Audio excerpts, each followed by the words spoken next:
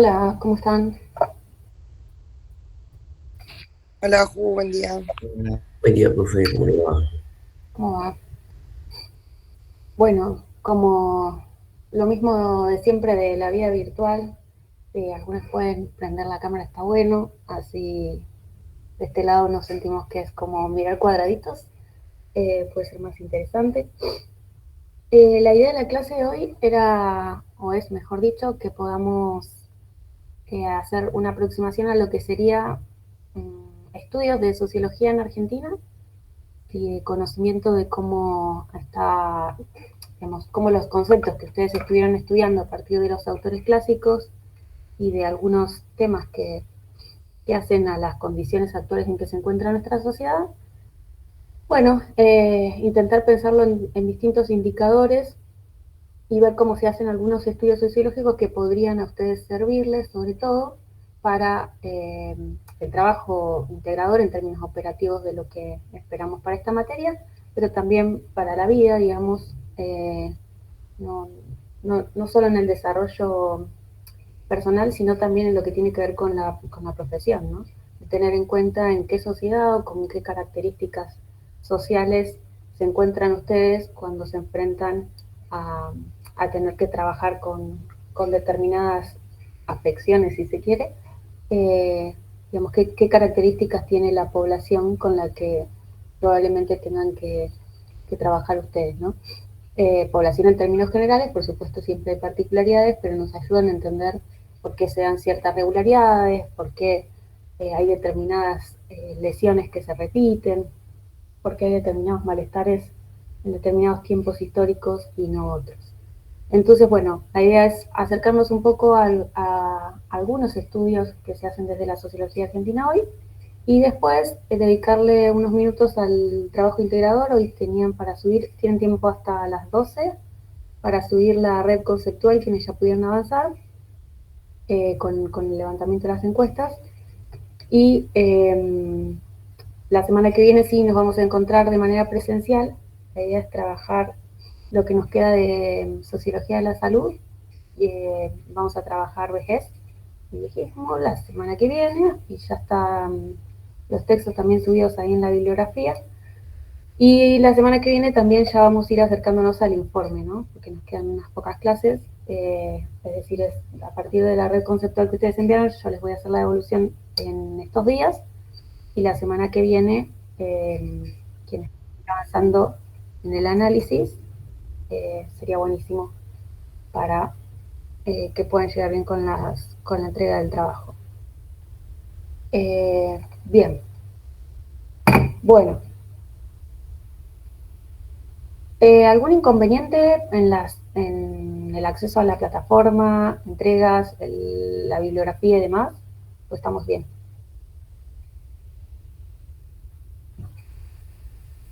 Parece que estamos bien, pero el otro día estaban como actualizando algo en la plataforma, creo que antes de ayer, en la tarde, después de las 9 y uno no podía acceder, pero ese rato nada más.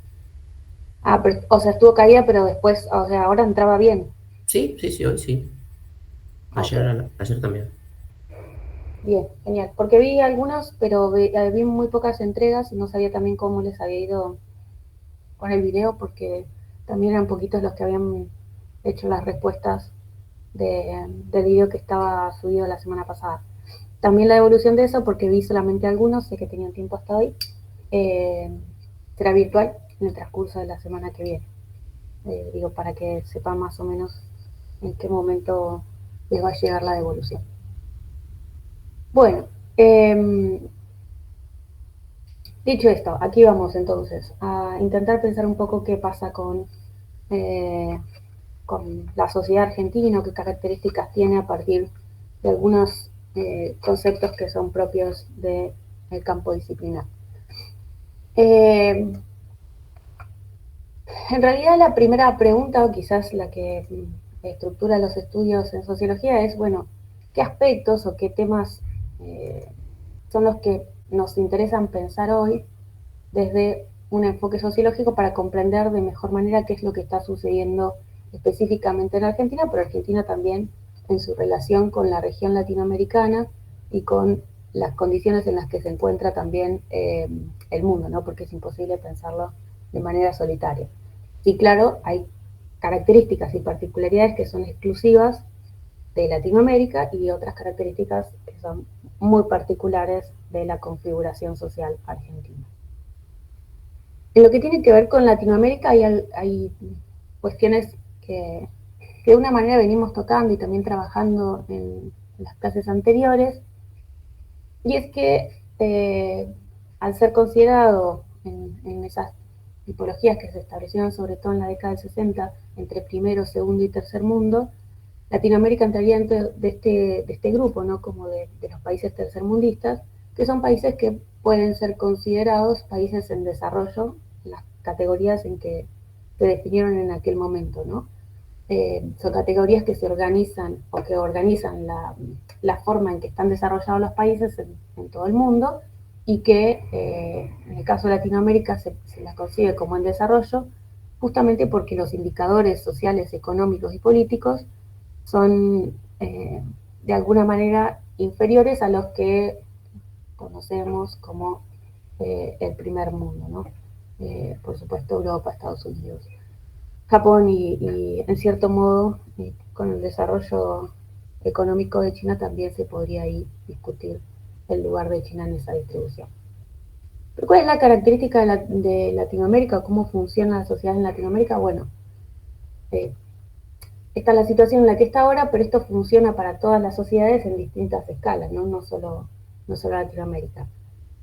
Lo que dicen los estudios sociales es que cuanto mayor nivel de empobrecimiento, mayor nivel de pobreza, por supuesto hay mayor nivel de exclusión, mayor precariedad laboral y un sentimiento de inseguridad muy alto, lo que hace o lo que genera es que haya una disminución en las proyecciones de futuro y una disminución en las posibilidades de planeamiento y de desarrollo social. Es decir, esas condiciones estructurales que tienen que ver con la pobreza también generan o repercuten en las posibilidades de planificación superestructurales, para usar los conceptos de Marx, es decir, en las posibilidades de figurar, de idear planes a futuro que permitan tener, digamos, la utopía de un escenario mejor, ¿no? Entonces, esas características estructurales van generando en la sociedad, cuando se asientan y cuando son cada vez más crecientes, un sentimiento y una percepción social de que no tiene sentido creer en la política. Pero la política no pensada como como los funcionarios o como el sector que ejerce la política, sino la política en esto que enunciaba recién como la posibilidad de figurar cambios, la posibilidad de idear un futuro mejor para esta sociedad. Lo que generan esas condiciones estructurales es un rechazo a la posibilidad de ver un futuro, de ver la acción del hombre y de las personas como transformadora, ¿no? Y eso, obviamente, al no poder proyectarse, esto piénselo también en términos individuales, cuando uno no se puede proyectar porque tiene demasiados condicionantes, en este caso económicos, cuando no se puede proyectar pierde el desinterés, o sea, pierde el interés en la cosa, pierde la motivación, lo que sería de alguna manera la libido dentro de la psicología, que es lo que nos mueve o lo que nos impulsa a hacer cosas, ¿no? Entonces se genera como un estado social en el que prima, por sobre todas las cosas, la desconfianza en la posibilidad de lo público y la desconfianza en la posibilidad de proyectar escenarios en términos comunitarios, en términos grupales. Ahí es donde comienza a aparecer fundamentalmente un sentimiento de individualidad, cuando existe, en el que el valor estructurante es como lo veían los contractualistas, esto que veíamos al principio con Comte, que es la supervivencia del individuo y la supervivencia del más apto, porque todo lo que tiene que ver con la solidaridad grupal se va ¿cómo se dice? Se va corroyendo. Ay, no sé la palabra. Bueno, se corroe, es decir, que se va rompiendo. ¿Corroído? ¿Cómo? ¿Corroído? Se ha corroído, sí. No me salía la conjugación, gracias. Se va rompiendo, ¿no? Se va desarmando.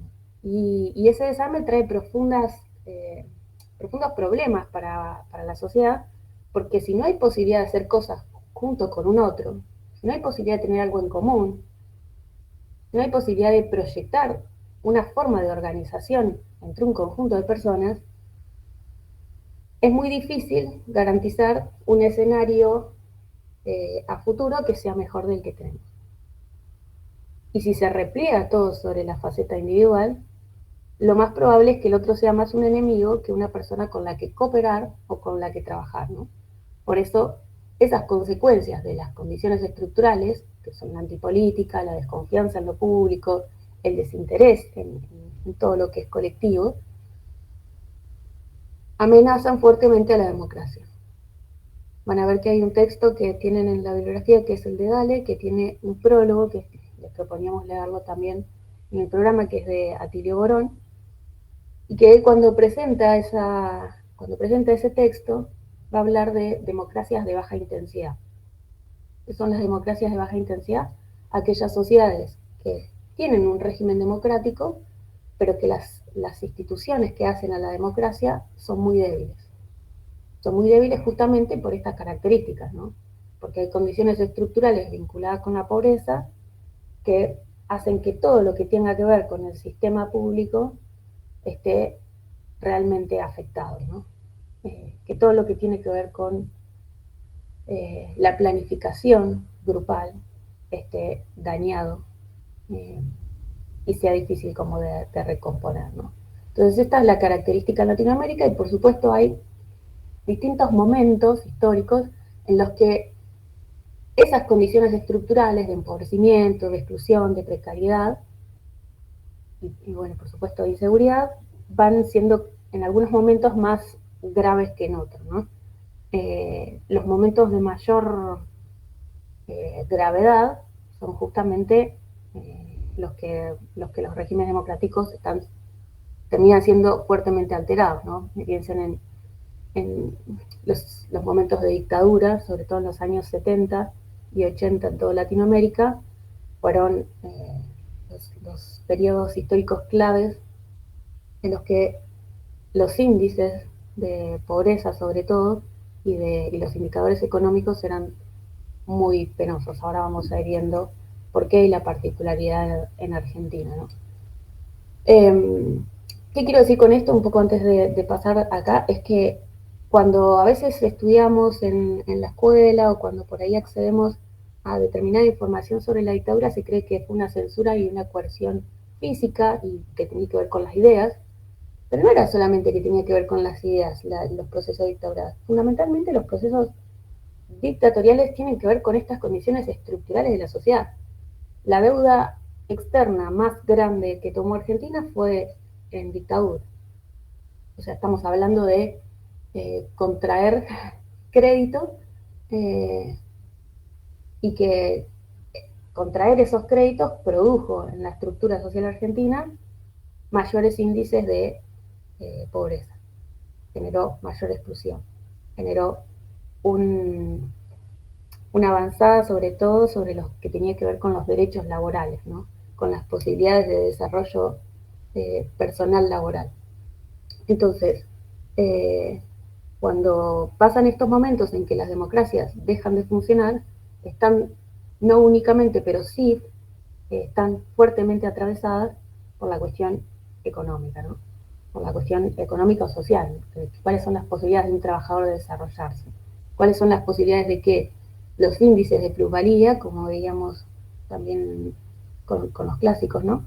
Que los índices de plusvalía sean cada vez más grandes, es decir, que haya un excedente que se toma de la clase trabajadora, que es cada vez mayor, y que por lo tanto los índices de explotación en el sentido de alienación y de mayor cantidad de horas de trabajo para poder cubrir las necesidades básicas son cada vez más altos. Todo eso es lo que sucede cuando hay democracias de baja intensidad, cuando hay periodos dictatoriales, ¿no? Si aumentan los niveles de explotación, si aumenta la ganancia o plusvalía que obtienen las clases más altas en relación con la clase trabajadora, lo que sucede es que cada vez hay menos derechos. Y si hay menos derechos, hay menos posibilidad de ejercer o de vivir en un sistema democrático. Esa es como la lógica un poco simplificada, ¿no? En que funciona o que de alguna manera podemos entender las sociedades, eso van a decir los autores que tenemos ahí en la última unidad del programa. Entonces, el elemento quizás central y que preocupa y que siempre estructura a los problemas en Latinoamérica es fundamentalmente la pobreza, ¿no? Específicamente en nuestro país, a partir de lo que sería la pospandemia, es decir, después del, podríamos considerarlo a partir del 2021, si quieren, porque seguiríamos en un proceso de pospandemia, pero bueno, el texto que tienen ustedes es un poco uno de los primeros estudios que busca responder a los efectos que tuvo la pandemia en lo social, ¿no? Entonces se preguntan en esos textos qué sectores o qué clases son las que tienen mayor probabilidad a partir de lo que sucedió de caer en la pobreza o de experimentar situaciones de pobreza. ¿De qué manera las cuestiones que venimos viendo de clase, género y también la pertenencia étnica, es decir, la pertenencia racial, atraviesan a esas posibilidades de entrar o no en la pobreza, o las posibilidades también de salir? Y, digamos, ¿qué ventajas y desventajas tiene pertenecer a determinada clase social como forma de transmitir intergeneracionalmente las condiciones de pobreza, ¿no? Es decir, la reproducción de esa pobreza? Y por último, bueno, ¿cuáles son las posibilidades de ascenso social? ¿Cuáles son las posibilidades de salir? ¿Cuáles son las posibilidades de tener cierta movilidad social, ¿no? La movilidad social tiene que ver con ascender o mejorar esas condiciones estructurales que hacen a quienes nacen en contextos de pobreza o en situaciones extremadamente precarizadas. Entonces esas preguntas son las que van a organizar los principales estudios vinculados con post-pandemia en sociedad, y desde un enfoque sociológico van a decir, bueno, mientras que los estudios económicos se van a centrar en estudiar, bueno, cuál es la renta, cuáles son los niveles educativos y cómo es la riqueza, los enfoques sociales van a poner el eje, un enfoque sociológico va a poner el eje fundamentalmente en las relaciones de desigualdad. Es decir, no importa para un enfoque social el dato duro, el dato preciso y numérico en relación con lo que sería la renta o lo que sería el PBI y demás, sino cómo esos indicadores generan desigualdades, cómo esos indicadores van asentando diferencias sociales que producen condiciones diferenciales en esos sujetos en particular, pero también en relación con toda la estructura mundial como sociedad, ¿no? Entonces, van a mirar condiciones materiales, es decir, el hogar, las posibilidades de consumo, las posibilidades de sostener una familia, todo eso tiene que ver con las condiciones materiales, y también las oportunidades que tienen determinados sectores sociales para cambiar esas condiciones materiales. Recuerdan que veíamos que la definición entre clases, lo que sería la clase trabajadora y la clase capitalista, por ponerle las dos estructuras con las que trabajaba Marx, es que la clase capitalista tiene los medios de producción, mientras que la clase trabajadora no, solamente tiene su fuerza de trabajo. Entonces, estudiar las condiciones materiales de la sociedad es estudiar qué condiciones materiales tiene la clase capitalista de Argentina y qué condiciones materiales tiene también la clase trabajadora. Y así ver las posibilidades de ampliación de esas condiciones materiales, sobre todo en los sectores que están dentro de la pobreza o cercanos a la pobreza, ¿no? Y para eso, por supuesto, el criterio fundamental dentro de las sociologías es estudiar la posición de clase. Y acá aparece Weber, porque como vimos a partir de los distintos tipos de acción y de la forma en que él estudia la legitimación social, lo que vamos a ver es, bueno, las personas ocupan determinado lugar en la estructura social, pero no es algo con lo que se nace y se muere, sino que hay posibilidades de cambio. ¿Cuáles son las posibilidades de cambio dentro de esa estructura con la que de alguna manera se nace pero no se elige, ¿no? Pensemos acá, por ejemplo, estos datos que surgieron, que se publicaron en esta semana, que son los datos de la Universidad Nacional de Avellaneda, que publica el Observatorio de Políticas Públicas, y que son datos duros, ¿no? Esto sería un enfoque bien económico, porque está estudiando los salarios y los precios comparados de Argentina en relación con otros países de Latinoamérica. ¿Qué nos dicen estos datos? Si ustedes los miran así, ¿qué información podríamos pensar que podemos estudiar si pensamos en las desigualdades sociales? ¿De qué nos sirve? Si los comparamos, o sea, si los ponemos en relación a los salarios con los precios, por ejemplo, de... Si nos comparamos con otros países, tenemos el salario más bajo de todos. Sí. Así directamente. O sea, solo mirando los números. Sí. Eso sumado a que no solamente es el salario más bajo, sino que hay un montón de productos que son mucho más caros que en otros lugares. ¿Y eso qué significa si lo pensamos en términos de desigualdad social? Tener un salario bajo y que los productos, como están Que al lado... somos súper pobres comparados con otros países. ¿Y por qué estaríamos en una situación más pobre, digamos, que el resto de los que están ahí?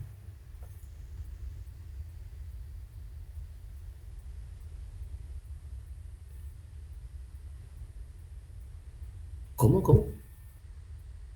Digamos, vos decís, bueno, que somos súper pobres en relación con los otros países que están ahí. ¿Por qué? Desde el punto de vista del, digamos, del trabajador. O sea, ganar un salario que te alcanza justo o no para cubrir las necesidades como la alimentación o, no sé, la salud, en algunos casos la educación. Siempre todo aumento salarial fue por detrás eh, de la inflación, nunca le ganó. Sí, ese es un aspecto sobre el que vamos a ir ahora, más adelante, la cuestión inflacionaria y los salarios, sobre todo en estos periodos de... Eso es verdad lo que dice Diego, pero también es verdad que antes estaban las paritarias, entonces un gobierno homologaba enseguida y se actualizaba rápidamente el salario. Pero No nunca le tenías que esperar alcanzaba. 5 o 6 meses, Sí, pero no tenés que esperar 6 meses. o sea, tenemos por un lado la paritaria, los salarios que no se ajustan a la inflación y qué más en relación con estas dos cosas. Pensando esto los salarios ahí expresados en dólares, que es un dato, digamos, cuánto es lo que estamos accediendo como sociedad, y los datos de al lado es la comida, ¿no? Cuando estudiamos los autores clásicos pensamos, ¿qué necesita la clase de trabajo? O sea, ¿por qué las personas trabajamos? ¿Por qué las personas dedicamos nuestro tiempo, que es lo más valioso que tenemos, al trabajo? Porque necesitamos garantizar las condiciones básicas de subsistencia, ¿no? Que es comer. No estamos hablando de consumos, digamos, de otra índole, sino los consumos más básicos y más rasos para poder vivir, ¿no? O sea, para poder levantarse, eh, para poder respirar, así de sencillo, ¿no? Entonces ahí está puesto, por supuesto, la nafta, ¿no? Que alguien podría decirme, nadie necesita nafta para vivir, pero lo cierto es que en las sociedades masivas urbanas, el transporte es fundamental para poder ir a trabajar, pero también el aumento de la nafta produce el aumento el costo de los alimentos, ¿no? Entonces, está puesto ahí como un indicador porque es una forma en que se mide también cuánto es el costo de vida. Estos dos datos, lo que nos permiten saber, desde un enfoque social, es cuánto cuesta vivir. ¿Cuánto le cuesta a un argentino vivir? Porque yo puedo mirar los datos desde un plano económico y decir, bueno, entre 264 y 277 dólares no hay tanta diferencia salarial. O sea, son apenas menos de 13 dólares. ¿Cuánto decís? 13 dólares. 13 dólares no es un número sustancial entre la diferencia, por ejemplo, entre Argentina y Brasil, o podríamos pensar entre Argentina y Perú. No es tanta la diferencia en dólares. El problema acá, y acá es donde aparecen las desigualdades, es que cuánto sale comer en un país y cuánto sale comer en otro país. Cuánto cuesta poder acceder a estas condiciones básicas. Si ahí miramos entonces los precios en el supermercado, ahí sí la cosa se pone más complicada, porque Fíjense los precios, por ejemplo, que tiene Perú, que es un país con el que estaríamos más cerca salarialmente, son bastante más bajos, sobre todo en lo que tiene que ver con la alimentación, ¿no? Fíjense, no la nafta, pero todo lo demás, la leche, el pollo, el café, los fideos, es mucho más bajo, inclusive llegan a la mitad en algunos valores. Eso significa que con el salario que tienen en Perú de $275 pueden acceder a mayor cantidad de alimentos que nosotros, aun cuando la diferencia son tan solo $13. $13 son 1.300 pesos, o sea, más o menos, para tener dimensión. ¿Por qué es importante entonces mirar estos indicadores desde un enfoque social? Porque nos están diciendo que en este momento la sociedad argentina tiene serios problemas para poder garantizar las condiciones básicas de reproducción. Tiene serios problemas para acceder al alimento y por lo tanto, cuando uno se empieza a hacer estas preguntas o empieza a mirar estos datos, eso que veíamos al principio que tenía que ver con los niveles de empobrecimiento significa que están muy altos. Significa que los números, claramente, estamos en un momento complejo. Alguien puede decirme, bueno, cuando estuvimos en un momento mejor, hubo un momento mejor y peor y los vamos a ir viendo en función de lo que dicen estos autores, ¿no? Pero son momentos complejos en el sentido de que los niveles estructurales desde los que partimos parecen más acentuados, por lo menos con estos datos que publica la Universidad de Avellaneda, habría que ver cómo se van desarrollando en el transcurso de los meses y el año, pero este momento o esta radiografía nos hace pensar que si se sostienen estos índices de pobreza, también las posibilidades de sostener un régimen democrático son complejas. Democrático en el sentido, esto que decía Víctor, ¿no? Bueno, antes había una paritaria. ¿Por qué no hay paritaria ahora? Porque a medida que se van acentuando los rasgos de pobreza, los derechos laborales también se van perdiendo. ¿Por qué? Porque hay mayor cantidad de reserva de trabajadores que están en condiciones que están tan necesitados de poder comer, de poder acceder a la comida, que van a aceptar cualquier condición laboral. No importa cuánto se pague, es tener trabajo, porque el trabajo es como la condición primera, aunque el trabajo se pague muy poco, para poder acceder al alimento.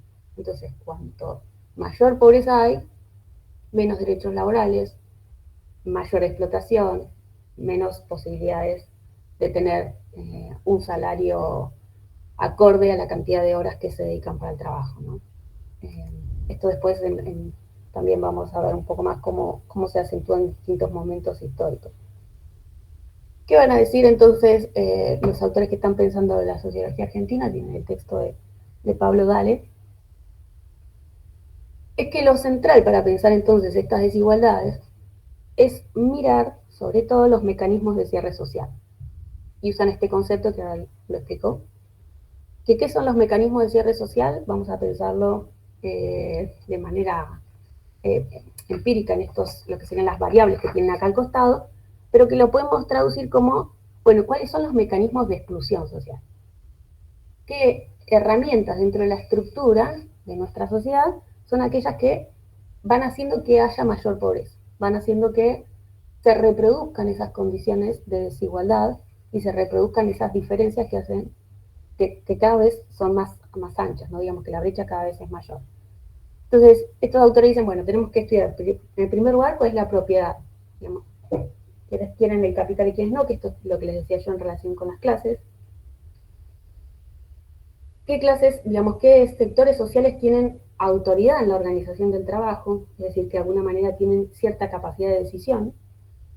¿Cuánta decisión tienen los sectores trabajadores en la organización de su trabajo? Sería una forma de hacer una pregunta a esa segunda variable. La tercera es mirar las credenciales educativas, es decir, los títulos, las posibilidades de acceso a ser profesionales o no. La calificación laboral, que alguien puede decirme, bueno, lo mismo que el título sí, pero más o menos, porque están atadas, pero en realidad la calificación laboral va atada también al desarrollo de lo que sería el currículum, ¿no? Como uno se va calificando o especializando y perfeccionando en una determinada tarea. Y eso también dan indicadores de las posibilidades de exclusión o no social. Y que a veces no está atado al título, pueden ser oficios, ¿no? Que tienen cierta calificación laboral y que por eso también tienen mejores condiciones económicas, aunque no tengan una credencial educativa. Pensemos en toda esa amplitud de posibilidad laboral. Y quinto, bueno, la condición legal, que esto que hablábamos recién, que tiene que ver con la formalidad o informalidad del empleo. ¿Qué es la formalidad o informalidad del empleo? Bueno, las posibilidades de acceder a un trabajo que venimos hablando también, lo que sigue un trabajo en blanco, que uno tiene acceso a una obra social, que uno tiene aportes jubilatorios, que tiene, digamos, la posibilidad de sindicalizarse si lo quiere. Todo eso tiene que ver con el trabajo formal, ¿no? Que es el trabajo, entre comillas, en blanco. Todo lo otro significa que no hay una estabilidad, que pueden ser contratos por un tiempo, después no, que no hay aportes, sobre todo, entonces eso a largo plazo también hace que las cajas jubilatorias sean menos, digamos, recauden menos dinero y que además no haya un futuro asegurado para esa persona cuando se tenga que jubilar o cuando pueda tener una situación de discapacidad. ¿Por qué? Porque está en una situación de absoluta informalidad. Entonces, ante, por ejemplo, un accidente laboral en situación informal, si lamentablemente tuviera una discapacidad, esa persona va a tener serios problemas de insertarse nuevamente en el sistema, ¿no? Porque tiene una desventaja fuerte.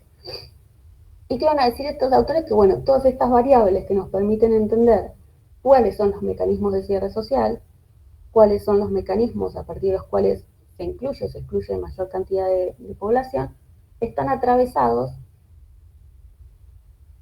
de manera interseccional.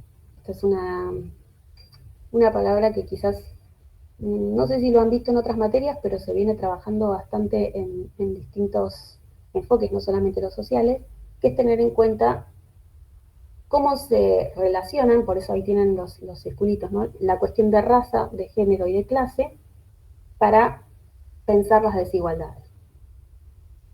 Porque ¿qué es lo que sucedió tradicionalmente dentro de los estudios sociales? Bueno, había una primacía, no necesariamente dentro de los estudios sociales, pero sí en los estudios de corte más marxista, lo que sucedió es que se centraban sobre todo en la clase, y estos otros dos aspectos empezaron a ser sumamente fuertes a partir de los años 60, que hubo todo un debate y un giro lingüístico y cultural, en el que, sobre todo a partir de la teoría feminista, pero también de los estudios que se dieron con los procesos de descolonización en todo el mundo, la raza también empezó a ser pensado, concebida como una variable que afecta a las posibilidades de inclusión social. Y esto hoy quizás resulte una obviedad, pero hace unos cuantos años no era contemplado como tal, sino simplemente la clase era como la cuestión central y única a partir de la cual se medían estos indicadores de cierre social. Entonces, ¿cómo pensamos estos mecanismos? Bueno, con estas tres patas, si se quiere, con estas tres variables que nos permiten ver la complejidad de qué posibilidades hay de salir o permanecer en la pobreza teniendo ciertas características en lo que tiene que ver con la raza, con el género y con la clase, ¿no? Es una forma de pensarlo de manera más compleja, ¿no? Entonces, pensar esas tres es pensarlo desde la intersección de clivajes de desigualdad. Ese es el concepto teórico, pero lo importante es entender cómo los tres se conjugan, a veces para tener mejores condiciones y en otros casos para tener peores condiciones, ¿no? ¿Qué es lo que, de alguna manera, a partir de tener en cuenta esta interseccionalidad, van a proponer los autores pensar? Bueno, cómo se da la desigualdad de clase acumulativa, pero teniendo en cuenta estas otras dos variables. Entonces dicen, la desigualdad acumulativa está vinculada con lo que heredamos, con lo que nos viene dado por lo que acumuló o de alguna manera capitalizó nuestros padres, nuestros abuelos, las generaciones anteriores en las que hemos nacido, ¿no? Entonces, lo que proponen acá los autores es pensar cómo esas acumulaciones o cómo las características de esas acumulaciones de las generaciones anteriores reproducen o no las condiciones de pobreza. Entonces, la forma de estudiarlo es analizar las características migratorias que tienen esas personas o esos grupos sociales, y si esa migración promovió o no la movilidad social, es decir, si lograron ascender o no. ¿Cuál fue la ocupación que tuvo la primera generación? Es decir, ¿a qué se dedicaba? Por eso antes, ¿se acuerdan que veíamos, bueno, el desarrollo de la vida laboral? Y no solo la profesión, eso tiene que ver con la ocupación. Un tercer aspecto que suele ser bastante subestimado, pero que es bien interesante cuando se hacen estudios sociales y que arroja muchísima información súper rica, sobre todo en el aspecto cultural, que es los espacios de socialización. Y vamos a decir, bueno, ¿cómo afecta el barrio, cómo afecta la escuela y los lugares en los cuales uno va creciendo en su vida cotidiana? Un montón, digo, la mayoría de los trabajos se consiguen por contactos, no se consiguen necesariamente por la calificación ni necesariamente por el mérito. Muchas veces o principalmente es el contacto, es la sociabilidad la que permite el acceso al primer trabajo. Después se abren otros escenarios, ¿no? Pero Ni por currículum. ¿cómo? Ni presentando un currículum. No, sí, después se abre, ¿no? Uno puede presentar y se va viendo como todo un campo profesional, pero está estudiado que generalmente el primer trabajo se da por un contacto social. Ni hablar después en determinados rubros y áreas del desarrollo, ¿no? Que siempre es el contacto, que siempre es el parentesco o el linaje el que abre las posibilidades de desarrollo laboral. Entonces la socialización es central, porque no es lo mismo socializar o tener la posibilidad de socializar en un barrio de sectores medios altos que en sectores bajos. Las posibilidades de acceder a un trabajo van a ser bien distintas en uno y en otro. O si se accede, los trabajos a los que se accede son bien diferenciales. Y eso genera también una condición de clase acumulada que es desigual en uno y en otro caso. Por eso está esta cuestión del barrio y también de los lazos sociales, bueno, las amistades, los vínculos, lo que sería todo lo que tiene que ver con lo que en algunos estratos se trabaja muy bien a través del lobby, ¿no? Que son estas, las relaciones humanas. Y bueno, en quinto y sexto lugar, la influencia de completar los estudios, ellos, sobre todo ahora, técnicos, superiores, terciarios, universitarios, es como lo que se considera como cuestión principal para estudiar las posibilidades digamos, de corrimiento de esa exclusión social, y los tipos de ocupaciones que permiten esa movilidad ascendente de las clases bajas hacia las clases medias, ¿no? Esto decíamos, el tipo de trabajos. Por ejemplo, hay oficios que no tienen necesariamente estudios, no necesitan estudios secundarios, terciarios, universitarios, pero que, como son ocupaciones sumamente centrales para una sociedad determinada, tienen mejores condiciones de subsistencia, ¿no? Ahora, estos términos de datos, no de datos, sino como de las herramientas para pensar esa movilidad o cómo salir de esos mecanismos, pero no alcanza solo con eso, o sea, no alcanza solo con medidas salariales, sino también hay que pensarlos en claves históricas, ¿no? Por eso yo decía, hay determinados momentos históricos en que estas características se dan de una manera y no de otra. ¿Qué fue lo que vamos a hacer? No vamos a hacer un recorrido de Argentina porque no nos alcanzaría la clase, sería un montón, y imagino que un par desertarían en la mitad, porque es bien largo, pero sí podemos pensar estos últimos años, un poco para entender cuál es la sociedad en la que van a insertarse laboralmente ustedes, ¿no? O con la que van a tener que lidiar. En estos, diríamos, 50, 60 años, las condiciones estructurales de la sociedad argentina fueron cambiando sustancialmente. Hasta mediados del siglo pasado, o sea, piense en 1950, 1960, una familia, sectores medio bajos, si se quiere, cuando lograba mandar a sus hijos a la universidad y sus hijos podían completar esos estudios, había un futuro garantizado. O sea, esa familia sabía que una vez que su hijo terminara, o hija, ¿no?, terminara la universidad, era más que probable que tuviera mejores condiciones económicas con las que había nacido, ¿no? Había una especie de garantía social de que la educación permitía movilidad social ascendente.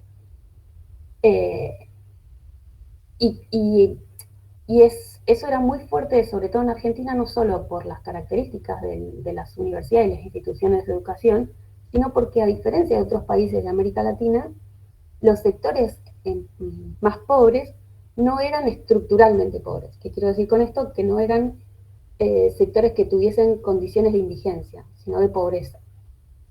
Y las posibilidades de acceso al trabajo, había subocupación o había condiciones de explotación altas, pero no de indigencia absoluta, ¿no? No había una gran masa de reserva de desocupados. Por lo menos no en los números que se dan más hacia nuestro presente, ¿no? ¿Cuándo empieza a cambiar ese escenario? Por eso hoy decía también esto de los procesos de dictadura, empieza a cambiar sobre todo a partir de la década del 70, con la implementación en toda Latinoamérica, y que en Argentina se da muy fuerte, cambiando estas condiciones que existían hasta mediados del siglo, que es con la dictadura, ¿no? A mediados de los 70 se implementa lo que se conoció como, bueno, el plan Rodrigo o el Rodrigazo, y ahí hay un ajuste y un achicamiento del Estado tan fuerte que se generan unos índices de pobreza y precarización inauditos que no habían existido hasta esos años en Argentina. Esa situación se vuelve a repetir en los años 90, cuando aparece un neoliberalismo quizás más exacerbado, y que puede ser que sea el que más conocían, porque no se asocia a la dictadura al neoliberalismo, aunque hoy en el revisionismo histórico sí la consideran como tal, digamos, como una nueva forma, no una nueva forma, sino como otra forma de achicamiento del Estado, ¿no?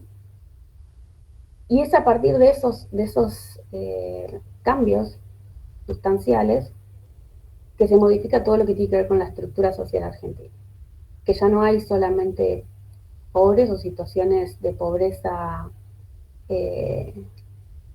como los que existían antes, que no tiene que ver con una pobreza aceptable o tolerable, sino con los niveles, ¿no? Que a partir de estas políticas, los niveles son de extrema pobreza. Entonces, no hay una dificultad en el acceso a la comida como podía ser la pobreza hasta los años 50, sino que no hay posibilidad de acceder. No es una dificultad, no se accede. O sea, hay gente que muere de hambre, hay gente que muere de desnutrición.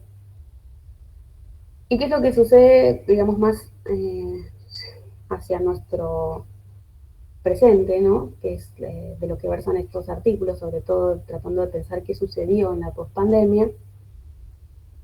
Ellos dicen que va a haber un estancamiento en Argentina entre el 2012 y el 2017, que tiene que ver con el endeudamiento fuerte que se toma en el 2018, por supuesto con la pandemia, que tiene costos económicos altísimos, sociales, de salud, bueno, todo esto que ustedes conocen muy bien.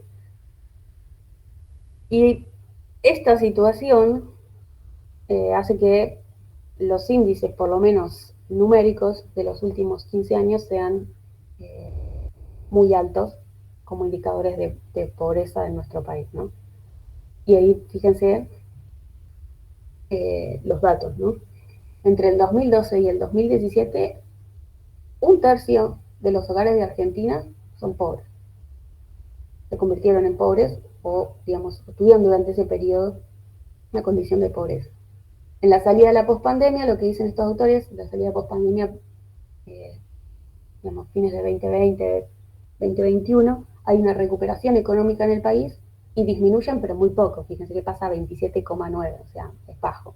Sigue siendo casi un tercio de los hogares en condición de pobreza. El 42% de la población durante el periodo 2012-2017 estaba en situación de pobreza, y baja también con esta mejoría económica, pero muy poco.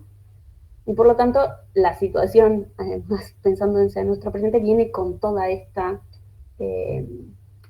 con todos estos índices, ¿no? Unos niveles de pobreza altísimos,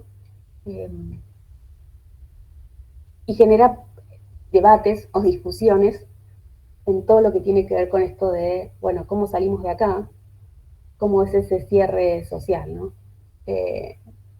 Entonces van a ver estas notas de ahora, de enero, pero son notas que así como sucedieron en los años 70 y en los años 90, también aparece en nuestro presente con estos indicadores, y es que se empieza a discutir, bueno, qué sentido tiene, por ejemplo, acá, educarse, cuando las posibilidades de figurar un futuro, de imaginar otro escenario, son bastante restringidas. Porque son bastante restringidas porque es estructural, ¿no? Lo que estamos viendo como indicadores.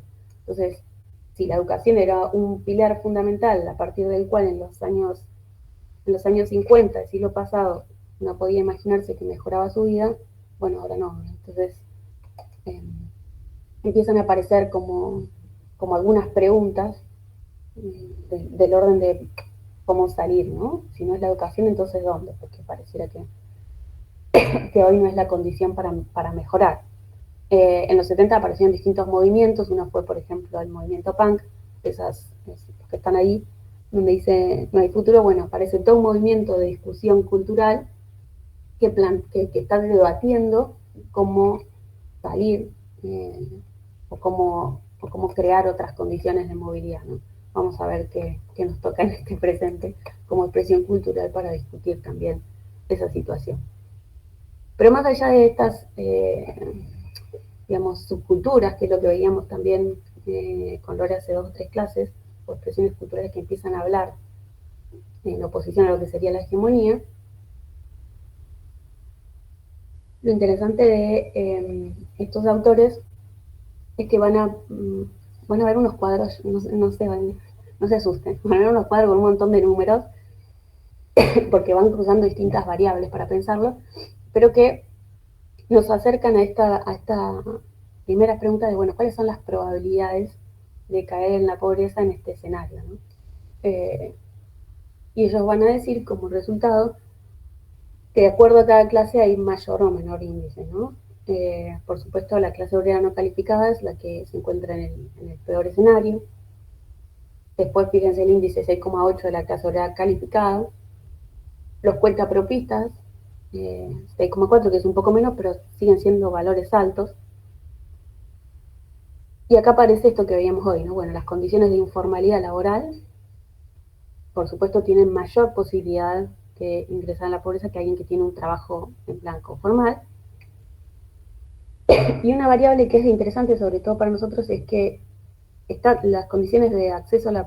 Las condiciones de probabilidad de estar en situación de pobreza están afectadas también por los lugares geográficos, que no es una novedad. O sea, tuvieron la posibilidad de estar en algún momento en Buenos Aires, que por el conurbano saben que es uno de los lugares más complejos para poder acceder al trabajo, y en el norte argentino también. Los índices de pobreza suelen ser siempre bastante más altos por las condiciones económicas de las provincias, ¿no? En el caso de Patagonia, como La Pampa, digamos, son los lugares en donde las posibilidades de caer en la pobreza son menores, ¿no? Entonces también está atravesado por una cuestión geopolítica y por una distribución de los recursos en el país que hace que haya regiones más propensas que otras, ¿no? Y acá aparece el último aspecto, que es este que decíamos de pensarlo de manera interseccional, de pensar cómo funcionan como probabilidades para caer en la pobreza, y es interesante los datos que logran relevar, ¿no? Está explicada toda la metodología y demás, que por ahí es un poco enreverado para traerlo acá, pero sí es interesante los datos, ¿no? Quienes son descendientes de pueblos originarios o se perciben de esa manera, tienen una probabilidad de caer en la pobreza mucho más alta. Y estos datos hasta hace unos años no se analizaban de esta manera, no se pensaban de esta forma, ¿no? Entonces, es un punto a tener en cuenta también cuando entran en relación con distintas personas en su trabajo, ¿no? Bueno, esta persona tiene el mundo más complicado que otra, y simplemente por una condición de pertenencia a un grupo social, ¿no? Las de origen étnico mestizo, que se reconocen como tal, también 1,6 es inferior que los pueblos originarios, pero sigue siendo un número alto. Y lo que acá también es otro factor fundamental, que es la cuestión de género, es que ellos detectan que las mujeres tienen casi 2 veces más chances de experimentar la pobreza que los varones. Y analizan las mujeres que son jefas de hogar o que son la fuente principal de hogar, que tienen mayor posibilidad de caer en la pobreza. ¿Por qué? Porque las posibilidades de acceder a un trabajo siempre son más restringidas o implica mayores grados de explotación que en el caso de los varones. Estos números son de ahora, digamos, son de 2021, entonces, por más de que parezca una obviedad o que en algún momento se llegó a decir que se había acabado el patriarcado, fíjense cómo sigue funcionando como un determinante fuerte para tener mejores condiciones de vida, ¿no? Entonces, acá aparece lo étnico, la clase y el género como condicionantes fundamentales para pensar la situación de clase. ¿Qué es lo que sucede entonces?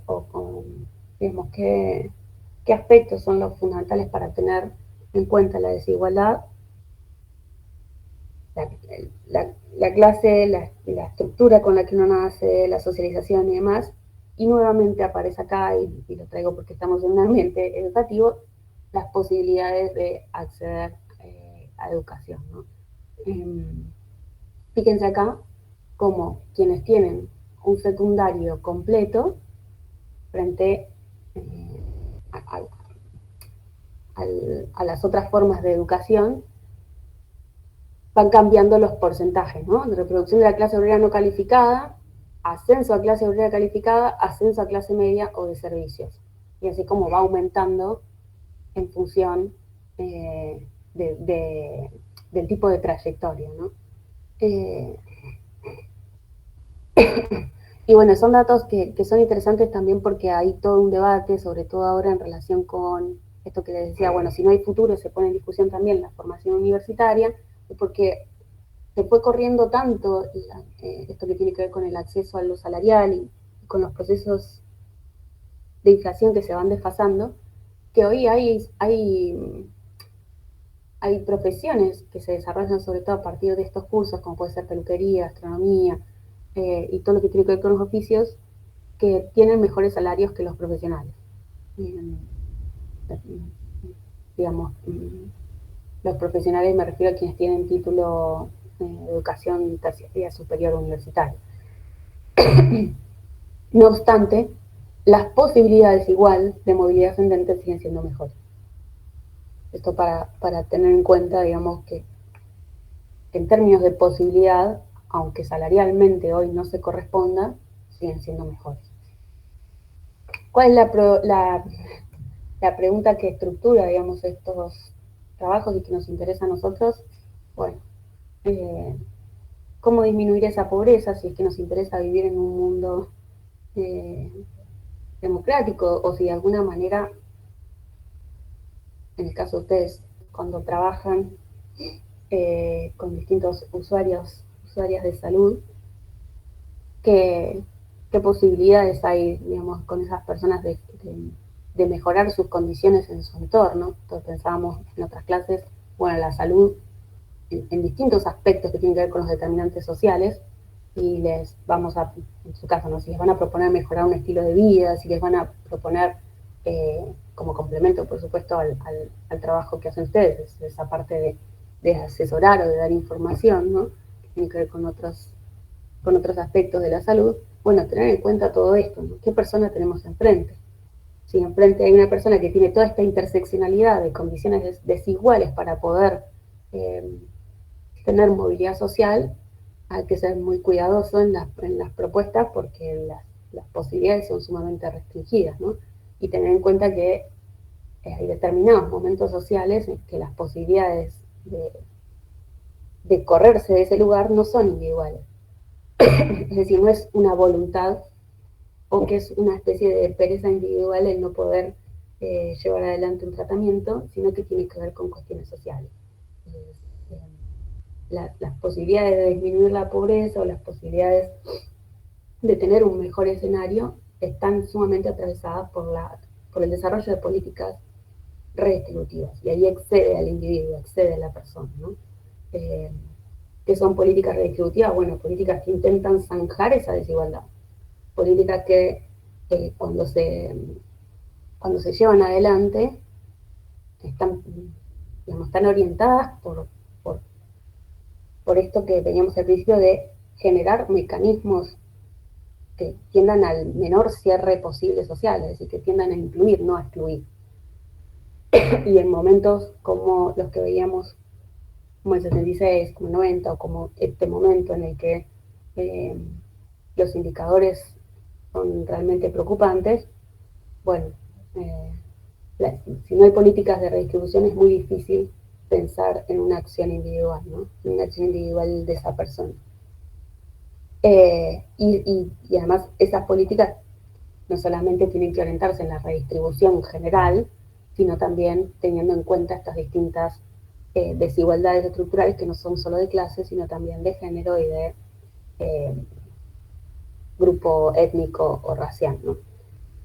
Piensen esto, sobre todo en un momento de mucha inflación, que es lo que también mencionaban ustedes. Bueno, la caída de los salarios reales en los años 90 fue una de las más abismales de nuestro país, ¿no? Cayó sustancialmente y eso llevó a unos índices de pobreza extremos, sin contar además también el índice de desocupación, que en ese momento, si no me equivoco, ahora no tengo el dato a mano, pero lo tienen en el texto del BAMPA, creo que era algo así como 3 de cada 10 personas estaban desocupadas. O sea, en este curso somos 33, imagínense, 3 de cada 10, habría que sacar ahora el porcentaje, pero al menos habría unas 9 personas desocupadas, ¿no? De todos los que estamos acá. Es un número altísimo, altísimo, y que esos datos, digamos, de desocupación, como pasó también en los años 70, solamente se supieron y se comprendieron y se analizaron cabalmente como momento social bastantes años después. ¿Por qué? Porque es muy difícil pensar el presente, ¿no? Es muy difícil pensar cómo se dan esos empobrecimientos cuando uno está tratando de sobrevivir. Y esos índices de desocupación y también de empobrecimiento, lo que hacen es, como veíamos al principio, desarmar, desintegrar, de alguna manera romper con todo lo que sería lo común, con todo lo que sería lo social, con todo lo que sería la posibilidad de figurar esto, una polis, en el sentido de la Grecia antigua, una polis, pensé en ese concepto asociado a la política, una polis común, un espacio público común, una política, como podría ser acá, de redistribución que ayude a tener mejores condiciones. Por supuesto, va a haber acciones alternativas, ¿no? En el 2001 surgió el trueque, como respuesta a las rupturas de lazos sociales, pero también se van rompiendo, desarmando otras estructuras viejas que garantizaban, por lo menos hasta esos presentes, tener mejores condiciones laborales, sobre todo. Si piensan en los 2000, los sindicatos fueron fuertemente cuestionados y muchos de los sindicatos se desarmaron o entraron en crisis porque no estaban respondiendo a las demandas de los sectores trabajadores, justamente porque había unos niveles de pobreza altísimos y de desocupación, no había posibilidad de esto que decían recién, pelear una paritaria, conseguir mejores derechos, poder tener salarios acorde a la cantidad de horas. Profe, Sí. en la época del año 2000, yo trabajaba en gastronomía y escuchaba desde todos los conocidos que tenía, de otros restaurantes y casas de comida y demás, que muchos empleadores, a mí me pasó, nos tenían en blanco media jornada. Media jornada. Claro, y trabajábamos entre 8 o 10 horas por día. Eso implicaba que a la hora de los beneficios, por ejemplo, de cobertura de salud, que casi siempre estabas como obligado a ir por el lado del sindicato, te decían, no, pero vos tenés media jornada, o sea, si yo te cubrí el 30%, solo te voy a cubrir el 15% en medicación, por ejemplo, por Claro. tener solamente media jornada en blanco, y ellos sabían que no trabajábamos media jornada. Tampoco hacían relevo de a ver cómo está la situación en cada uno de los restaurantes y de los afiliados que había acá en Neuquén. Sí, bueno, es que eso es justamente, ¿no? Como frente a situaciones en donde hay desesperación social, no hay regulación. Y además, cuando se generan estas situaciones hiperinflacionarias, ¿no? ¿Qué fue lo que pasó también en la transición a finales de los... Cuando en los 80 cae el gobierno de Alfonsín, lo que sucedía ahí era un proceso hiperinflacionario y entonces había un descreimiento absoluto en la forma de organización del Estado, en todo lo que tenía que ver con lo público, en todo lo que tenía que ver con la construcción, digamos, de esto también, de un escenario futuro. Entonces, el gobierno siguiente, junto con todo el sector empresarial que también hacen a sostener la gobernabilidad de un país, tenía condiciones sumamente favorables para desregular todo el mercado laboral. Y pasaban estas cosas. Media jornada, que se reconocía hacer esa media jornada con suerte, porque por lo menos tenías media jornada en blanco. Había gente que, y digo con suerte porque no había trabajo, o sea, no había posibilidad de acceso al trabajo. ¿Por qué? Porque también en ese momento se dan privatizaciones extremas en todas las que tienen que ver con los organismos públicos, por un descreimiento justamente en lo público, y esas privatizaciones llevaron a un mayor índice de desocupación, o sea que había una reserva de trabajadores que necesitaba trabajar de cualquier cosa para poder cubrir sus necesidades básicas, y al haber mayor índice de desocupación hay mayores grados de sumisión, mayores grados de aceptación de cualquier condición laboral, hay unos niveles de explotación extremos, falta de garantías.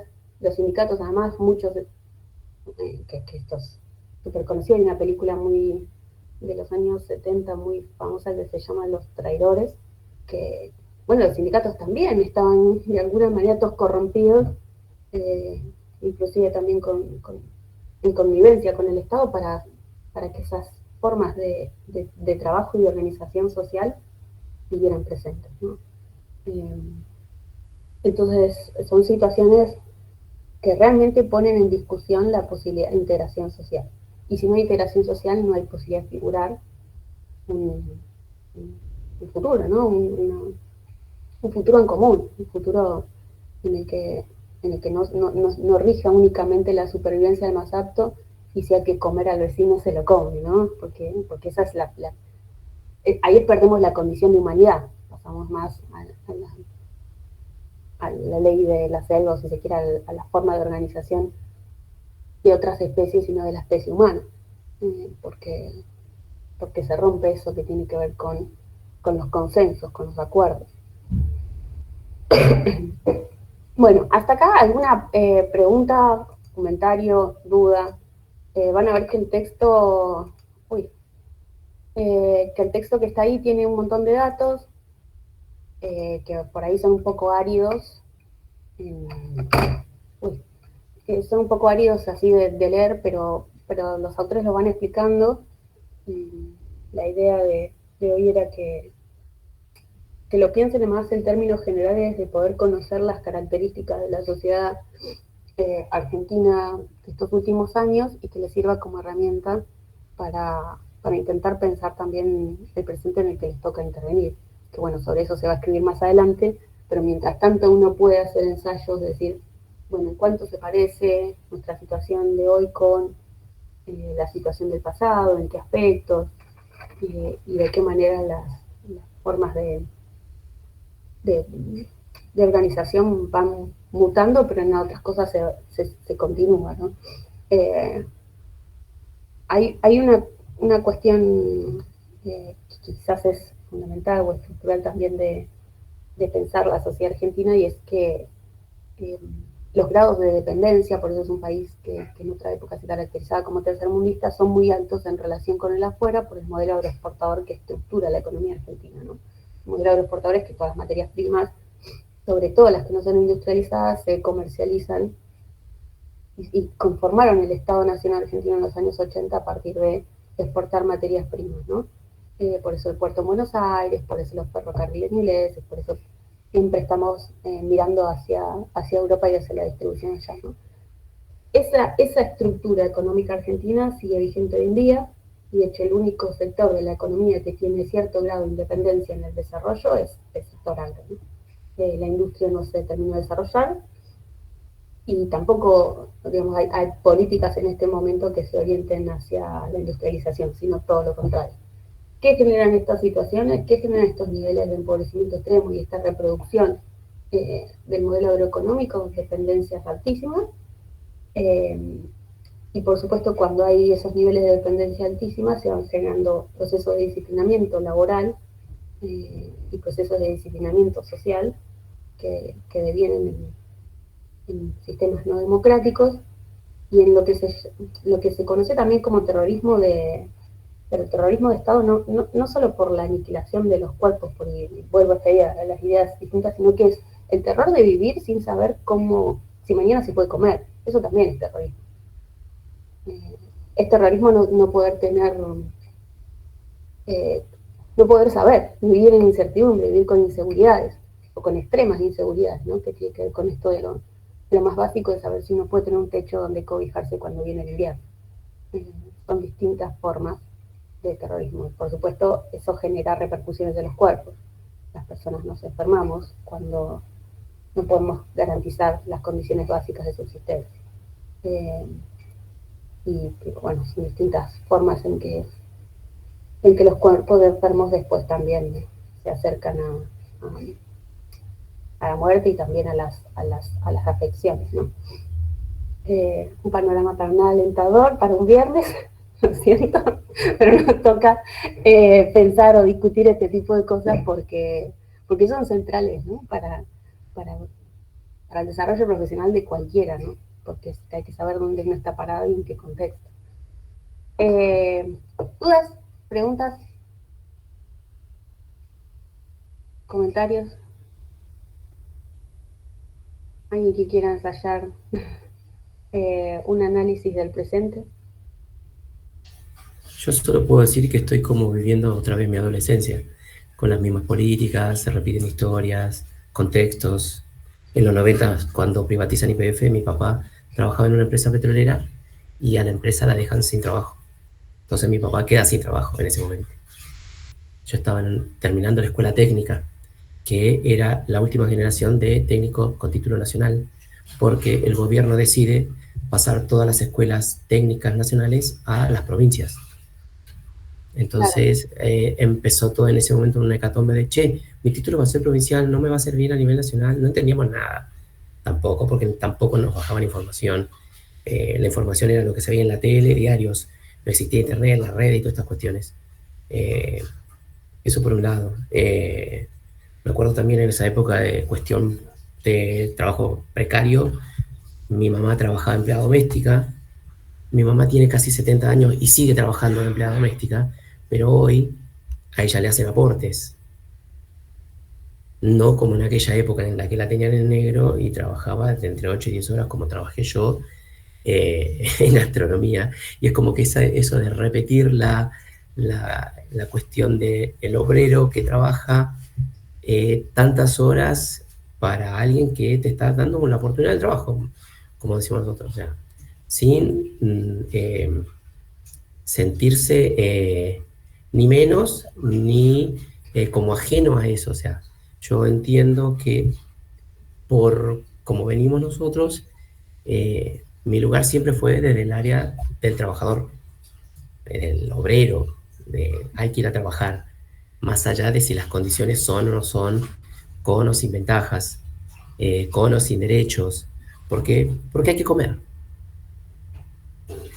Porque las cuentas no se pagan. El problema es que se piensa al trabajador como el empleado, tiene que ser alguien dependiente de alguien más, cuando en realidad hay mucha gente que capaz es trabajador y son independientes y no dependen de otros. No, de hecho mi papá, cuando se queda sin trabajo, él ya es mecánico de antes. Entonces, cuando se queda sin trabajo en esa empresa, él sigue trabajando por su cuenta.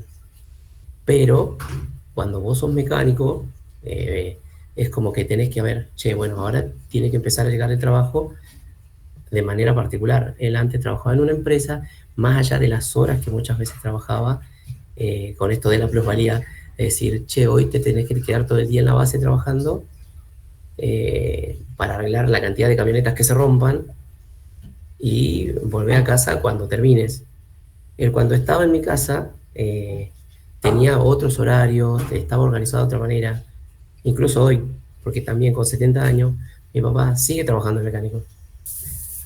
A lo que voy es que yo creo que en Argentina se fomenta el ser empleado, si bien se critica el puesto del empleado en relación a justamente la diferencia con el empleador, en vez de fomentar el ser alguien independiente y ser autosuficiente, como puede ser un plomero, que no son gente que gana, o sea, si bien no son empleados y son gente que capaz puede que trabajen en negro, no ganan mal, o sea, ellos se ponen lo que van a cobrar y hacen la cantidad de trabajos que se les da la gana y en base a su trabajo es lo que van a cobrar.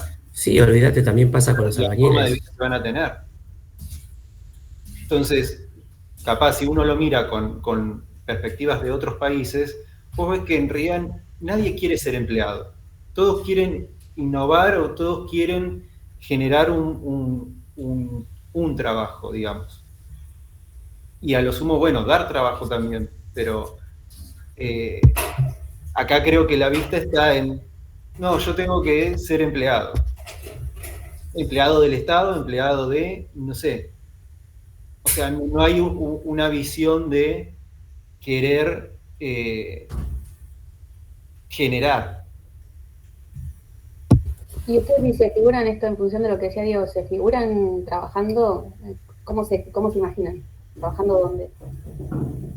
Y no, yo pensaría, o sea, capaz en un principio uno piensa en, depende de los recursos que tenga, en trabajar en forma de relación de dependencia de alguien, con la idea de en un futuro generar capaz un consultorio o lo que fuese, estudiando la carrera que estoy estudiando, claramente, ¿no?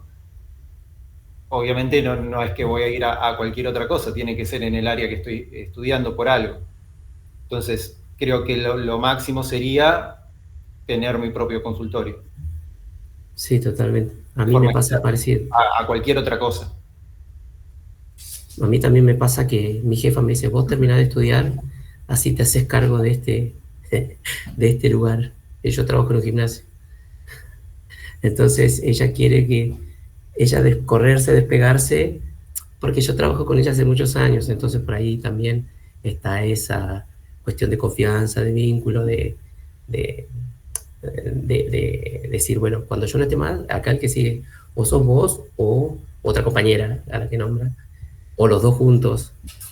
Es como una aposta, ¿sí?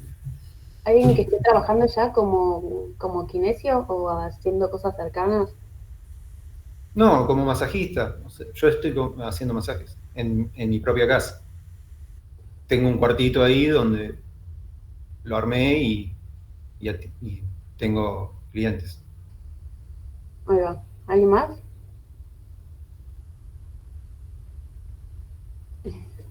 Les pregunto esto porque quizás si alguna ya está trabajando o estén trabajando de otra cosa, pero también analizar en estos casos, decir, bueno, vos tenés tus propios clientes, ¿qué sucede?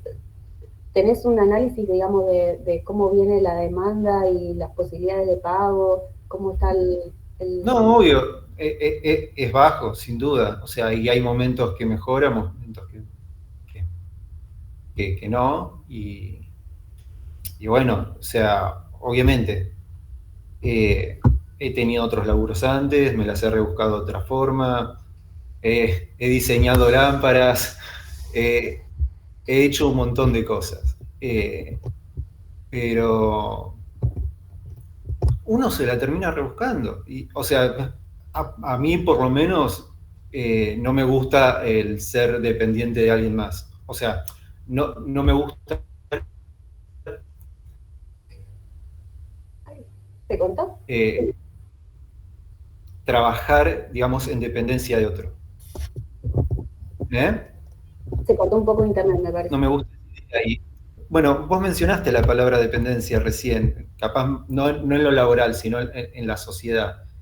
Y digo, en realidad, en esa situación de dependencia, yo en la actualidad digo, si yo estoy cubierto de subsidios por todos lados, estoy siendo dependiente de la política de momento. Entonces, de cierta forma, el hecho de que yo no pueda pagar el valor real de un colectivo, ¿qué implica eso? O sea, ¿dónde está la dependencia? Quiero decir, o sea, está bien, los sueldos son bajos en el país y demás, entonces hay una dependencia o una necesidad de...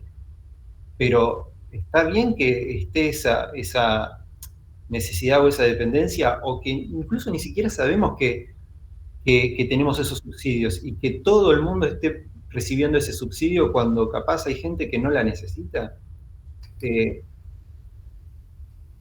Es No, que no ahí, está bien acomodadas las cosas, creo, ¿no? Yo hay cosas que digo, ni siquiera sabía que me subsidiaban esto. ¿Y por qué no pagaba el valor real? Y ahora digo, uy, no, me están sacando subsidios, pero ¿por qué los tenía?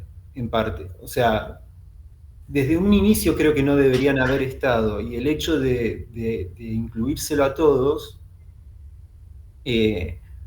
en realidad es una forma de no mostrar, creo que fue más un mecanismo de no mostrar la pobreza real en la que estábamos.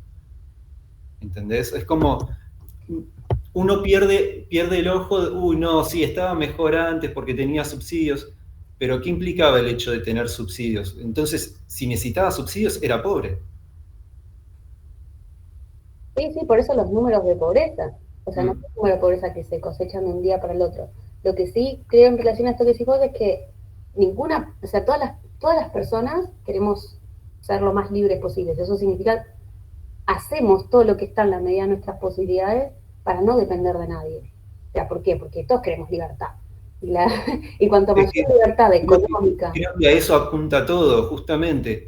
¿Cómo se sostienen todos esos subsidios? Se sostienen en base a la carga impositiva más alta del mundo.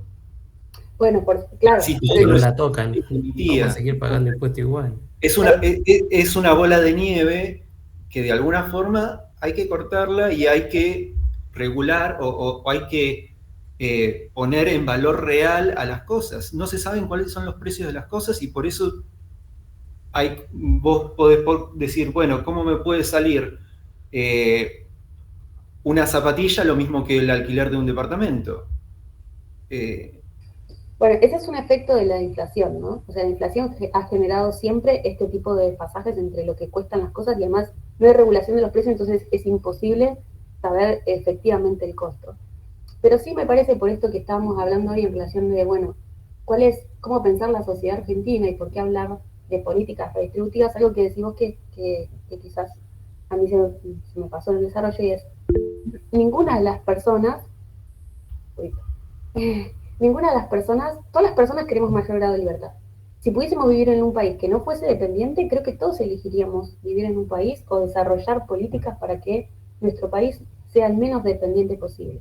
Ahora, no todas las personas nacemos con la misma, por eso hablaba de clase acumulativa y de las formas en que se vinculan esas interseccionalidades que tiene que ver con cómo se dan la pobreza, ¿no? No tenemos todas las mismas condiciones.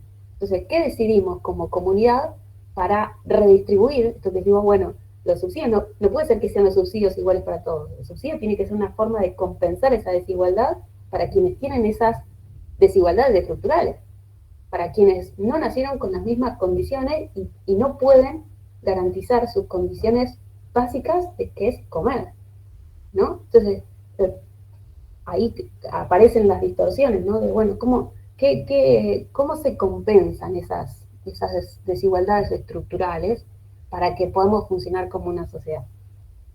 Para que podamos funcionar como una sociedad que se piensa colectivamente, que se piensa de manera integrada, ¿no?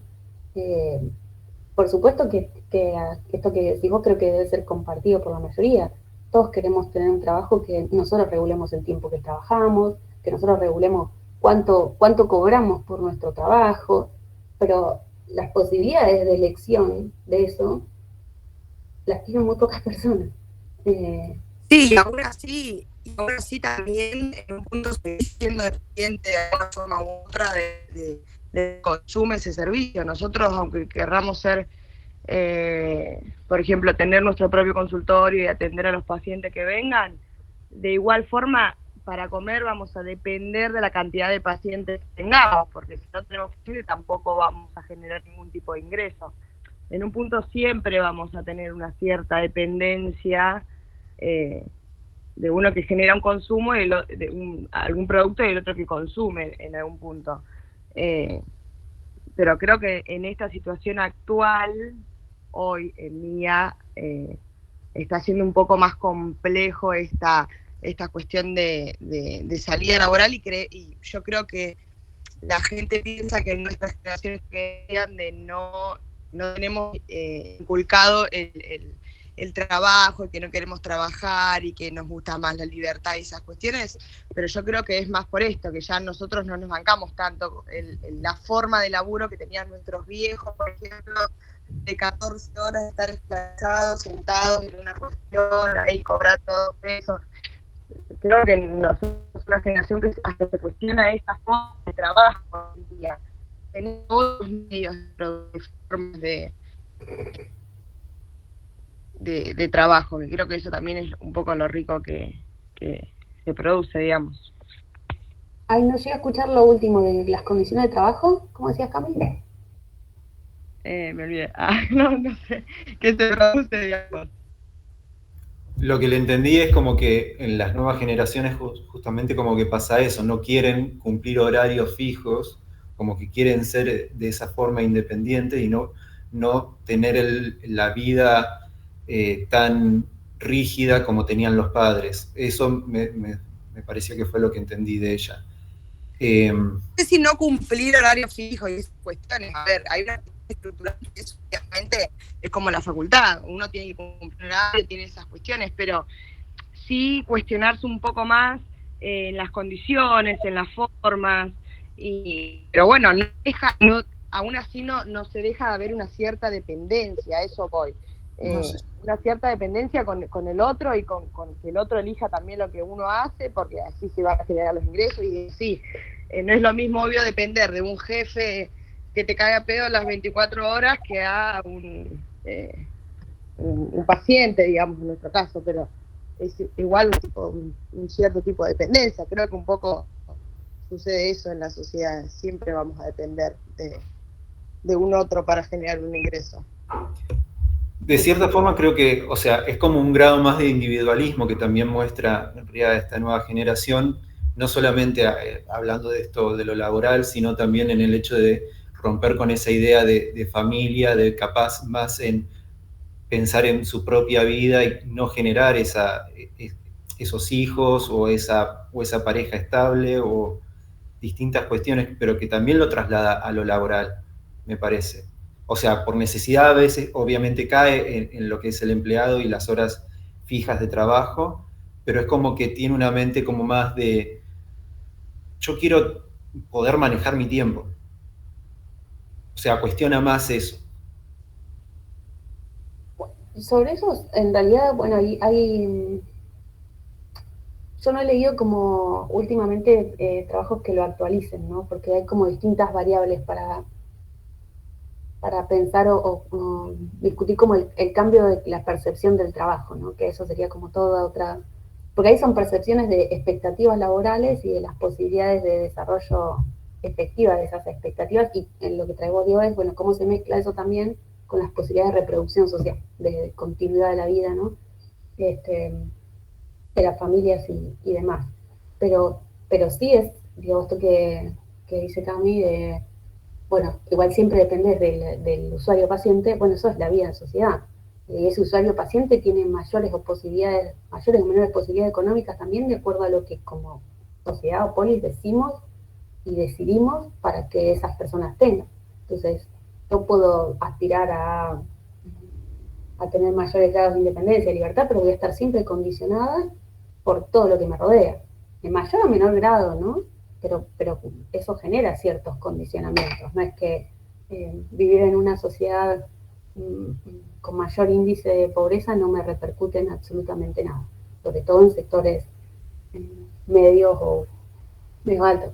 Cuando se trata ya de las grandes multinacionales, gente que está, digamos, en clases capitalistas muy altas, es otra forma en que se analiza y se piensa, pero si no siempre, ¿no? La dependencia del otro es como ninguna especie sobrevive si no es con su propia especie. O sea, siempre es en relación en una comunidad. Así sea el intercambio del valor de la consulta, en el caso de ustedes, como no sé, el recibimiento de un salario por la contraprestación, cuando es en relación de dependencia. Ahora, ¿cómo? Pareciera que hay intereses que se contraponen, ¿no? Por un lado, la clase, las condiciones diferenciales o desiguales con que nace una clase y que uno aspira en el desarrollo de políticas sociales a una mayor igualdad, y por otro lado, el deseo de la libertad.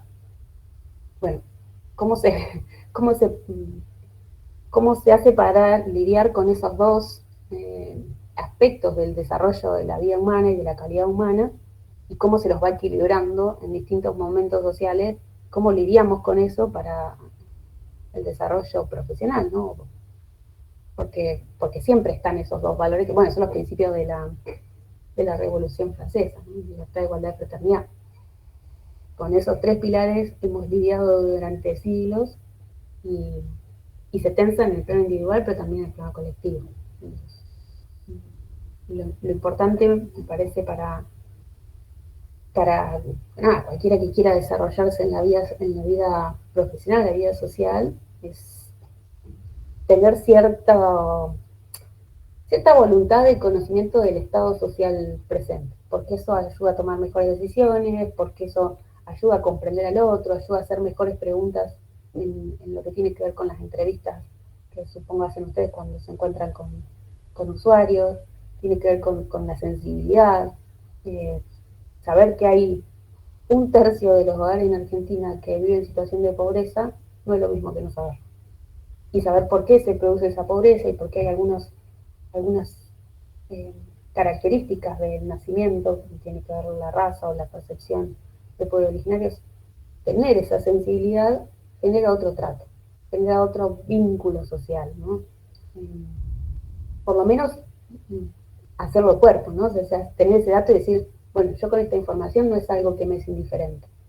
Entonces, cuando al principio dejé la placa de todo espectador es un cobarde, un traidor, que no la mencioné, se lo dejé mientras entraba a clases, ¿qué pasa con eso que estoy viendo? ¿Qué pasa con esa información? ¿En qué sentido esa sensibilidad sobre lo social que está ahí? Es, bueno, me están pidiendo una limosna y doy vuelta a la cara, o aunque no pueda dar esa limosna o aunque no quiera darla, ¿qué hago con esa información? ¿La niego o con eso puedo intervenir también desde el lugar en el que estoy y donde trabajo para pensar otra relación social, otra forma de vincularnos y pensarnos socialmente, aunque sea desde lo micro, ¿no? No solo en términos de políticas grandes, sino desde lo micro. Es un poco ese el sentido también de pensar los fundamentos de lo social, los fundamentos de la sociología. Es necesario la formación ciudadana en ese aspecto.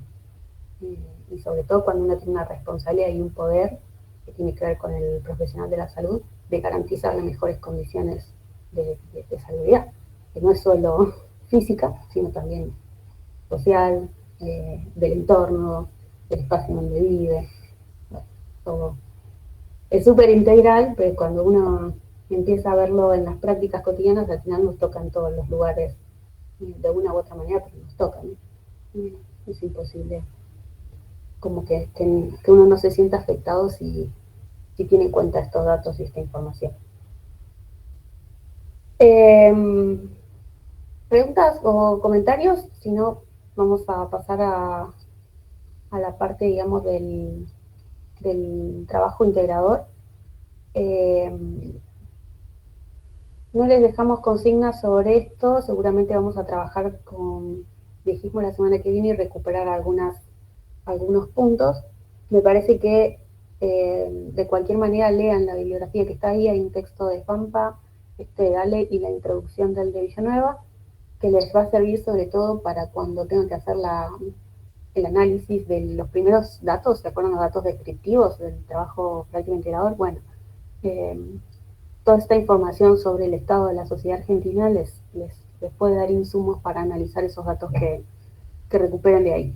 Y puede ser que tengan otros datos de ustedes también por el tipo de población, bueno, poner en discusión la teoría, si a ustedes les dan otros datos muy distintos de lo que están diciendo estos autores, también está bien discutirla, con los datos objetivos que están obteniendo, pero incorpórenla porque les va a dar insumos para pensar, ¿no? La teoría, la teoría no es solo para reproducir, aparecer este autor dijo tal cosa, sino, che, yo levanté estos datos y Y lo que está diciendo este autor, en esta muestra, con esta característica, que si la levanté de tal manera, dicen otra cosa, ¿no? Eso, y con respecto a la bibliografía de esto. Y bueno, ¿cómo les fue con la red conceptual? ¿Pudieron avanzar? ¿Les costó mucho? No sé si hay gente que también tenía que levantar datos, creo que no. A mí me hablaron varios de acá, la duda de que no sabían cómo relacionarlos con todos los temas, ¿viste? Como que no sabían cómo relacionarlo con todos los temas, todo el tema que habían elegido bueno, cada grupo.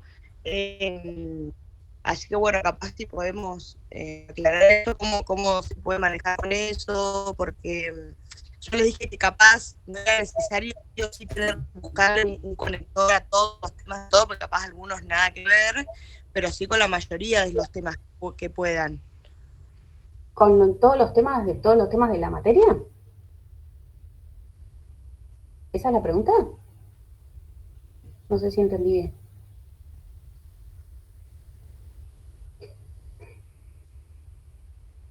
¿Camí? No sé si se cortó. ¿Ustedes entendieron lo mismo? Porque yo escucho entrecortado el audio. O si están algunas de las que preguntaron en relación a las vinculaciones, cuáles fueron las dificultades.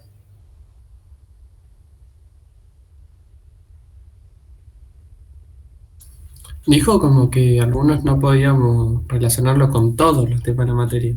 Y Claro, nosotros le escribimos a Cami ayer porque no sabíamos si relacionarlo con todo, porque había unas cosas que nos recostó, por ejemplo, lo primero que vimos del conocimiento, como que no sabíamos cómo relacionarlo. Después con los sociólogos sí pudimos, pero igual nos faltaba, aunque sea con una cosa de cada sociólogo sí, pero después con conocimiento, o sea, conocimiento natural y eso no sabíamos cómo hacerlo. Claro, no. En realidad no es que tienen que vincular con todos los temas de la materia, porque hay temas que no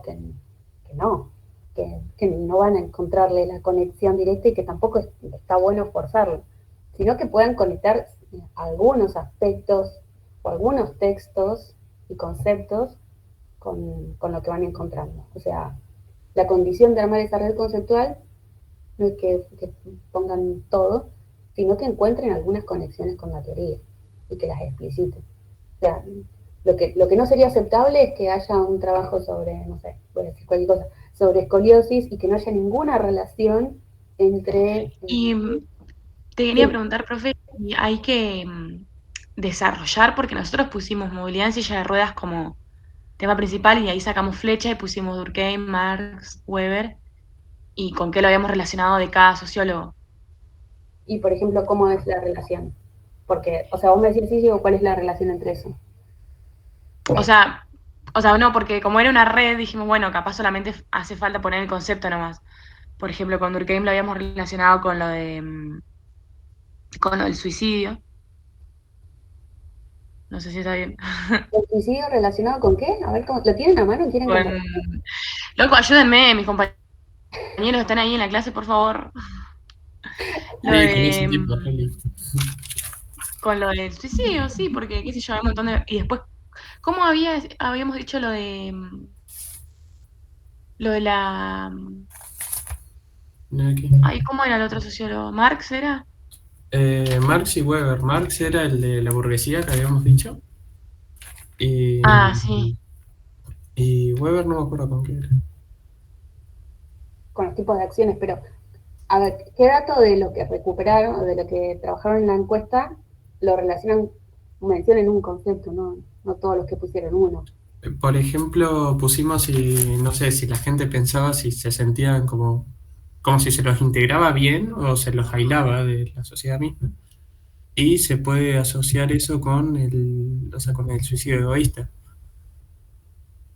Bueno, ahí está, o sea, es eso. Sí. No necesariamente que van a hablar de suicidio egoísta, sino dicen, bueno, este concepto que trabaja Durkheim en relación con el suicidio egoísta nos sirve para pensar las formas de integración porque bla, bla, bla, bla. Ahí está perfecto. O sea, si pudieron hacer esa conexión está perfecto. Y después cuando lo traduzcan de la red conceptual al Claro. escrito, van a Ujú. poner las citas, van a hacer esa conexión entre el autor y cómo ustedes lo están viendo. Pero ahí estaría muy bien si es esa la relación. Ah, ok. Pues no sabíamos si seguir, o sea, como desarrollarlo, pero como era una red conceptual, dijimos, bueno, preguntamos.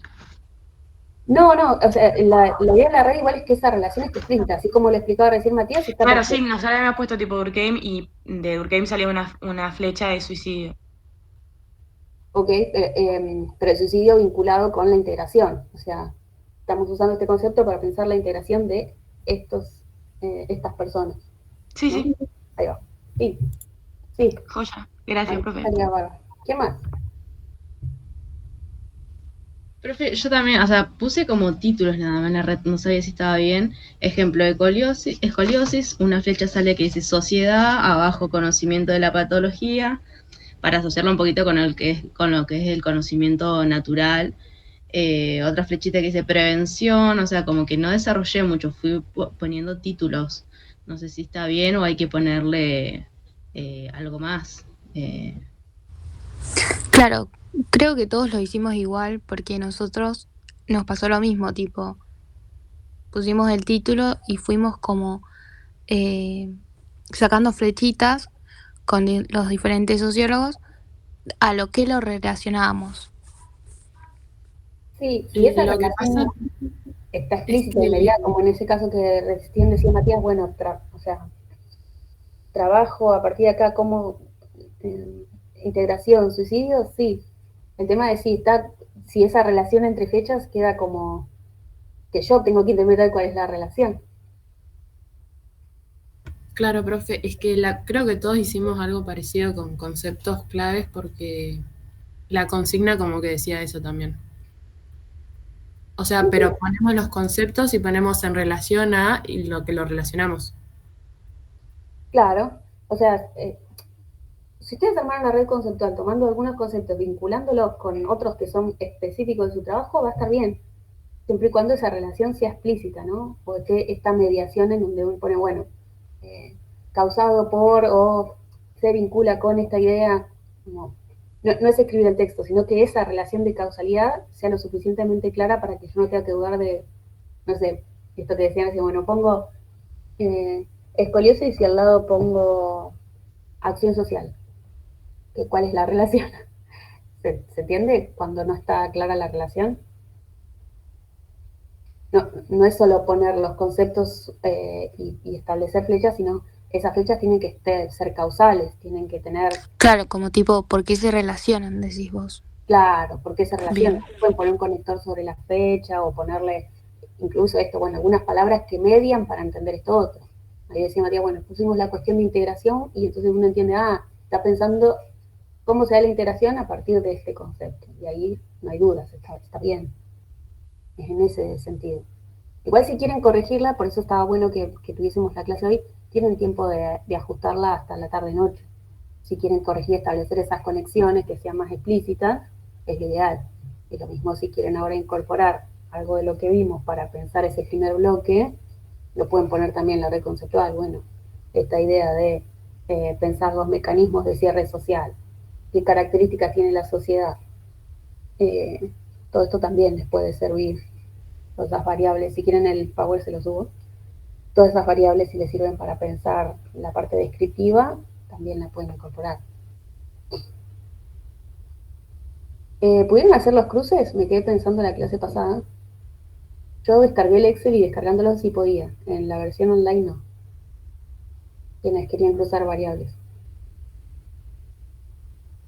Sí, pude, pero primero tenía que hacer la tabla, viste, que a lo último yo había visto que había como una tabla de cruce de datos y después el gráfico en base a la tabla, pero sin la tabla no pude. Mira, entonces sé que la versión online te obliga a armar la tabla con los datos específicos. Sí. Bueno, pero genial entonces que ya los pudieron cruzar, o sea que ya pueden sacar esos datos. Lo traigo a esta hora porque hablamos recién de la interseccionalidad en las formas de estructuración de la pobreza, entonces van a querer cruzar género, con clase, con con condiciones del hogar y demás, para que se animen a hacer esos cruces y no se queden solo con los datos que les tira el Google, que pueden ustedes después ir armándolos. Porque bueno, ahora tienen la entrega de la red conceptual y la semana que viene la idea es que vayan avanzando en la escritura del informe. No sé si ya se imaginan, si la red les ayudó a conectar con la teoría, o si dijeron, che, la verdad que no encontré nada que se vincule con mi tema. No sé si alguien está en ese problema.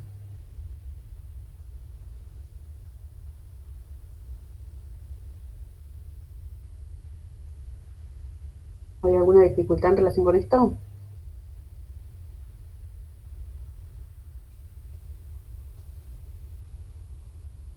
Si no, vamos a hacer lo siguiente.